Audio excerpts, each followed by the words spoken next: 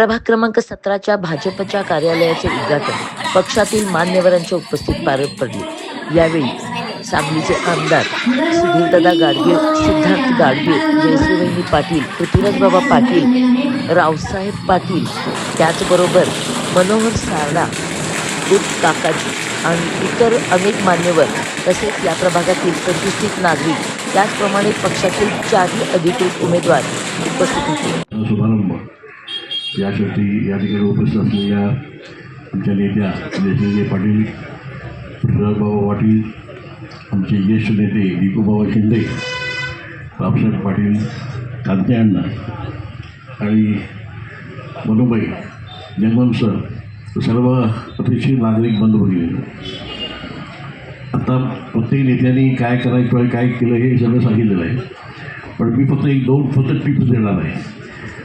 रोज माझ्याकडं एक गोपनीय रिपोर्ट येतो, आजचा रिपोर्ट उद्या सकाळी येतो, लेखी येतो, तर त्याच्यामध्ये त्यांनी असं म्हटलेलं आहे की उमेदवार त्याची नातेवाईकाला घेऊन फिरतात बरोबर।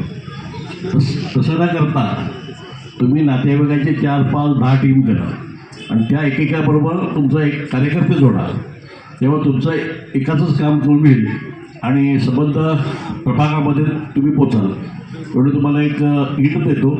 आणि दुसरी होतं विषय तुम्ही मगाशी लक्ष्मण सांगितलं आहे, तर अशा पद्धतीनं जर आपण काम केलं तर आपला विजय नक्की आहे आणि सगळ्यांनी मताचा खेळा भारतीय जनता पार्टीला बहुमताने निवडून द्यावं।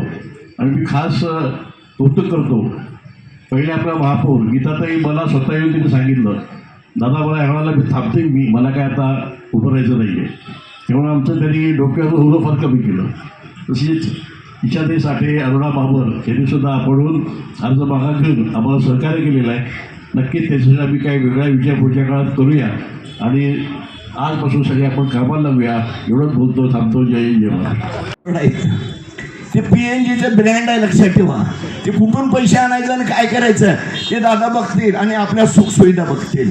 धन्यवाद सगळ्यांना। पुन्हा एकदा विनंती करतो की तुम्ही कुठंही कमी पडू नका, जीवाचं रान करा, लक्षात ठेवा।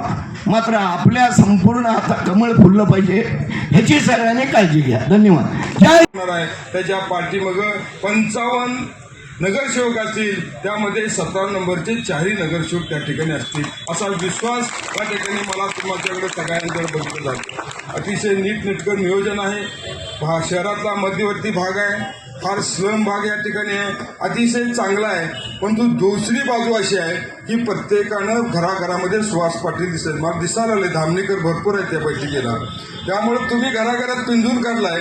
2013ला माझा कसा पराभव केला तसा आता विजय तुम्हाला या ठिकाणी करायचा आहे, कारण तुमचं नीटनेटकं दादा मला कौतुक वाटतं।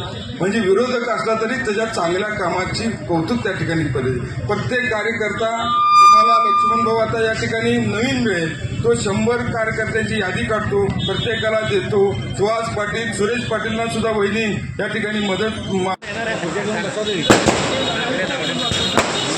दादा सिद्धार्थ दादा आपण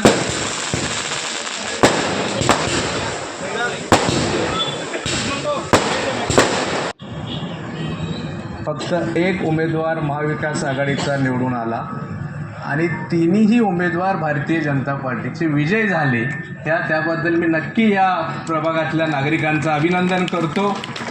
परंतु ह्यावेळेला आम्ही सर्वजण नेते मंडळी तुम्हाला एक जबाबदारी देणार की आता गेल्या वेळेला 3-1 झालो दादा, इथं 4-0 झालं तरच महापौर इथं द्या।